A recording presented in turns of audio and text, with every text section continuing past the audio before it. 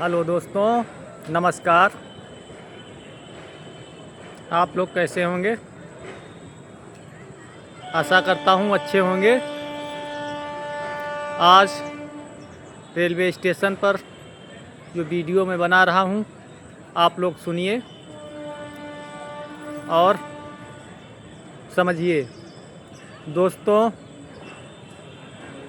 आज देश में हो रहा भ्रष्टाचार और तमाम तरीके से गरीबों का शोषण रुकने का नाम नहीं ले रहा है और हमारे देश के सांसद, विधायक, राजनेता जब चुनाव आता है तो बहुत बड़ी बड़ी बात करते हैं। दोस्तों, अभी राम मंदिर में हुए चंदा की चोरी थम नहीं पाई। इधर राजस्थान के अजमेर में हुई चंदा चोरी का खुलासा हुआ है। मेरे दोस्तों, अपने अपने क्षेत्र में जिन सांसदों का आप लोगों ने चुनाव किया है, उनके सामने आप लोग ये वीडियो ज़रूर रखना। क्यों? जब वोट मांगने चुनाव के समय में आते हैं तो झोली खोलकर भीख जैसी मांगते हैं और वादा करते हैं कि आपका बिगड़ा हुआ काम हम बनाएंगे। चुनाव जीतने के बाद संसद में जाकर सब भूल जाते हैं। मेरे मित्रों, राम मंदिर की चोरी का खुलासा होने के बाद त्रेता का मानसकार का एक कहानी मुझे याद आती है, आप लोगों के सामने रख रहा हूँ। जब प्रभु राम का वनवास हुआ 14 वर्ष के लिए, तो गांव के लोगों ने राम को भेजने के लिए गांव के बाहर गए और गांव के बाहर जब राम जी पहुँचे तो गांव वालों से कहा कि आप लोग अब अवधपुरी वापस जाओ। जितने नर नारी मेरे साथ आए हुए थे सभी लोग वापस चले जाओ। मैं 14 वर्ष के बाद आप लोगों को फिर दर्शन दूंगा और आऊँगा। तो गांव के लोगों ने वापस होकर अपने घर चले आए। राम जी 14 वर्ष वनवास के लिए चले गए। 14 वर्ष वनगमन होने के बाद जब उनका वनवास खत्म हुआ तो राम जी वापस जब अपने वतन आते हैं अवधपुरी, तो गांव के बाहर देखते हैं कुछ लोग वहां रहते हैं झोपड़ी डालकर। राम जी ने पूछा, ये सब क्या है? मेरे भैया भरत ने आपको क्यों गांव से बाहर निकाला? तब उन लोगों ने कहा, प्रभु, जब आपका वनवास हुआ था उस समय से मैं यहाँ रह रहा हूँ और आपको भेजने आया था। आपने कहा था, ये नर नारी आप लोग वापस चले जाओ अपने गांव घर पर, मैं 14 वर्ष के बाद फिर आऊँगा। तो आप उन लोगों से कहा होगा, लेकिन हम ना नर हैं नारी हैं, आप हमसे नहीं कहा था, तो इसलिए मैं गांव के बाहर झोपड़ी डालकर अपना गुजर बसर करते रहे। 14 वर्ष तक आपकी प्रतीक्षा करते रहे और जब आप आए तो पहले दर्शन हमको दिए। तो राम जी खुश होकर के उन्होंने कहा, जाओ, तुम तीसरी श्रेणी में आते हो, नर और नारी नहीं हो, लेकिन मैं आपको आशीर्वाद देता हूँ, कलयुग में तुम्हारा राज आएगा।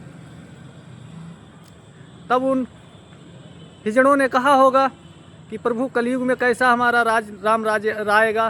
तो उन्होंने कहा, देश के अंदर ऐसी संसद बनेगी, उसमें आप लोग सांसद सदस्य बन के जाएंगे और देश के लिए काम करेंगे।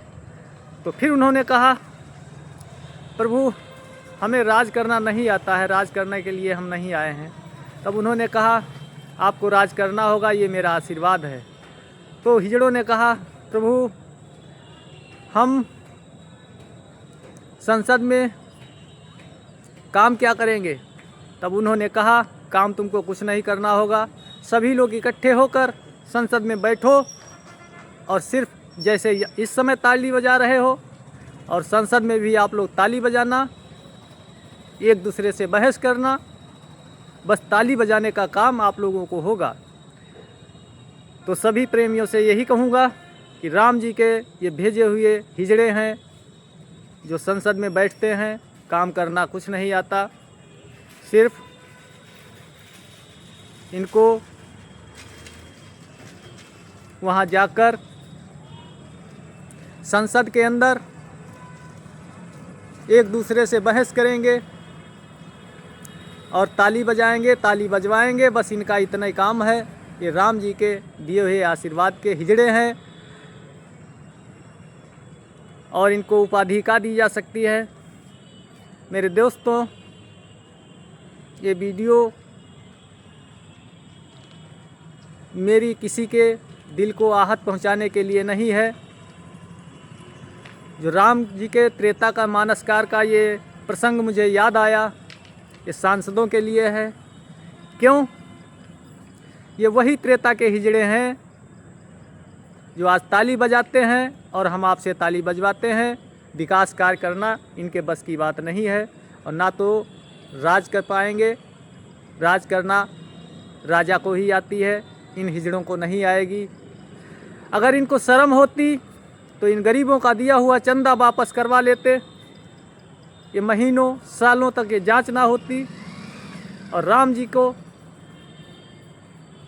जिस प्रकार इन्होंने ठगा है, बेईमानी की है, ये सब बंदरवाट होगा, ना किसी की सज़ा होगी, ना कोई पकड़ा जाएगा। तो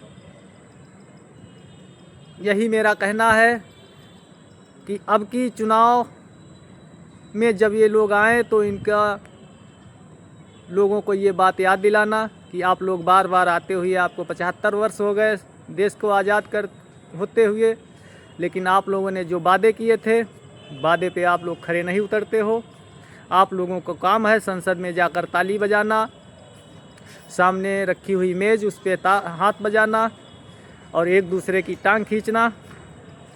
आप लोग अपने कार्य के लिए जब कोई प्रस्ताव पास करना होता है तो आप लोग आपस में पास करते हैं, बाकी गरीबों का शोषण, गरीबों की बहन बेटियों की इज्जत ऐसे लुटते रहेगी और आप लोग बड़े बड़े भाषण देकर चले जाते हो। मेरा मानना है कि आप लोग मेरी वीडियो ज़्यादा लोगों तक पहुँचाएं, क्योंकि आम आदमी जो था, गरीब था, वो तो इन अमीरों के शोषण से नहीं बच पाया, लेकिन राम जी को भी इन्होंने नहीं छोड़ा।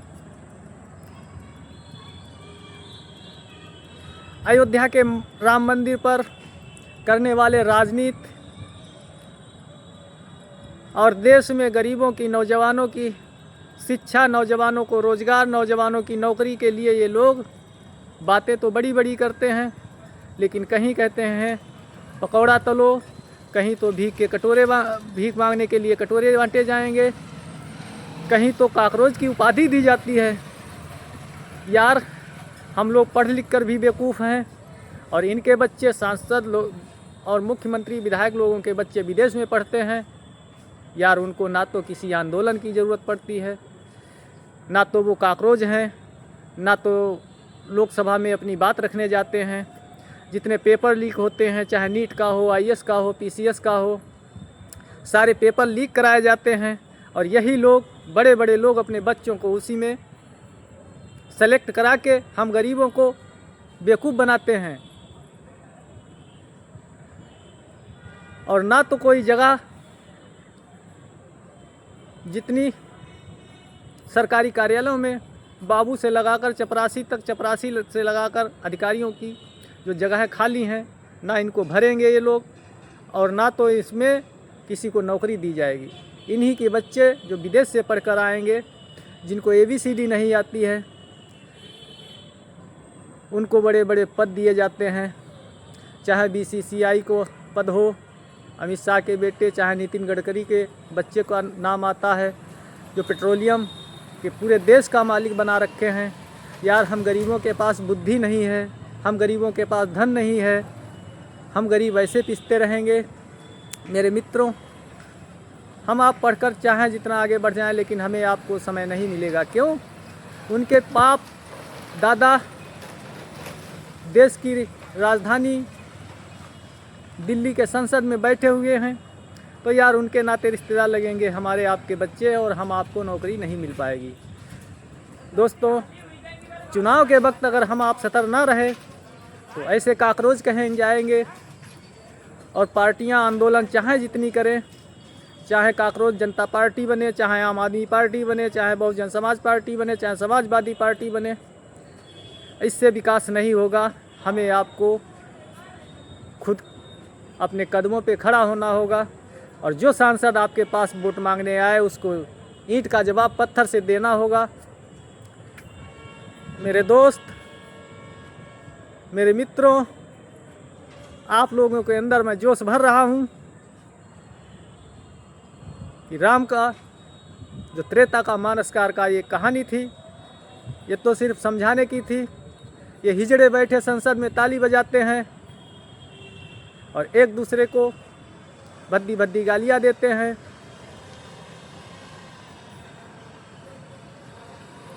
और संसद में मानसून सत्र आने वाला है, 20 जुलाई 2026 से शुरू होगा, अगस्त मास तक चलेगा मानसून सत्र। इसमें देखते हैं कि कितने सांसद विरोध करेंगे और कितने सांसद पक्ष में रहेंगे। तो मेरे मित्रों, चाहे सत्ता पक्ष के सांसद हों, अगर वे राम मंदिर की हुई चोरी पर बात नहीं उठाएंगे, गरीब बहनों के शोषण की आवाज़ नहीं उठाएंगे, तो ऐसे लोगों को संसद में रहना उनके लिए ठीक नहीं होगा। जय हिंद, जय भारत। वीडियो लंबी हो रही थी, इसलिए मैं आगे आपको फिर समझाऊंगा।